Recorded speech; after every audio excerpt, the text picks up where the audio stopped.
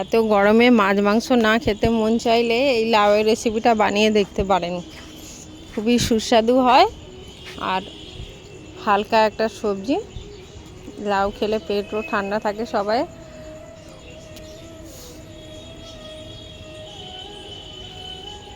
আশা করছি আপনারা সবাই ভালো আছেন। এই এত গরমে আজকে আমি বানিয়ে দেখাবো লাউ চিংড়ি। আমি এভাবে বানাই। প্রথমে চিংড়ি মাছগুলো ভেজে নেব। চিংড়ি মাছগুলো খুব ভাজলে শক্ত হয়ে যাবে, তাই হালকা করে ভেজে তুলে নেব, নরম নরম থাকবে।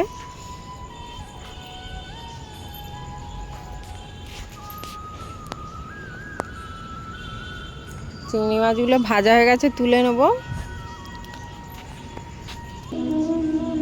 এবারে তেলের মধ্যে আর একটু তেল দিয়ে দেবো কড়াইয়ের মধ্যে।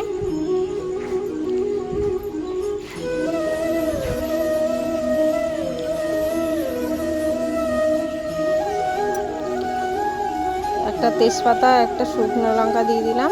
এবার দিয়ে দেবো একটু পাঁচ ফোড়ন বা কালো জিরে মেশানো আছে বেশি। এবার দিয়ে দেবো পেঁয়াজ কুচোনো।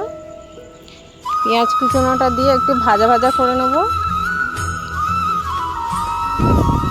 পেঁয়াজটা ভাজা হয়ে গেছে। এবার আদা রসুন একটু লঙ্কা দিয়ে বেটে রেখেছিলাম, কাঁচা লঙ্কা দিয়ে, ওই পেস্টটা দিয়ে একটু কষিয়ে নেব।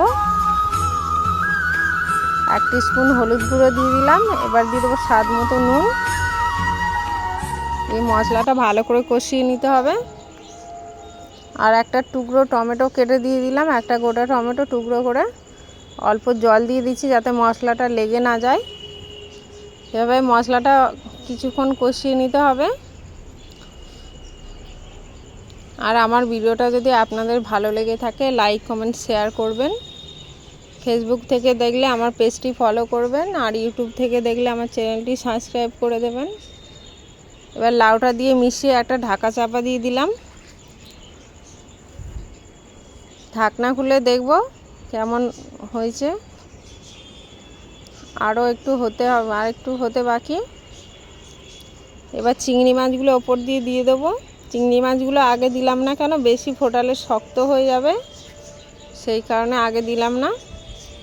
এবার লাউটা প্রায় হয়ে এসছে। লাউয়ের তরকারিটা আমার রেডি হয়ে গেছে। এবার একটা জায়গাতে নামিয়ে দেখাচ্ছি। ভিডিওটা আজকের মতো এখানে।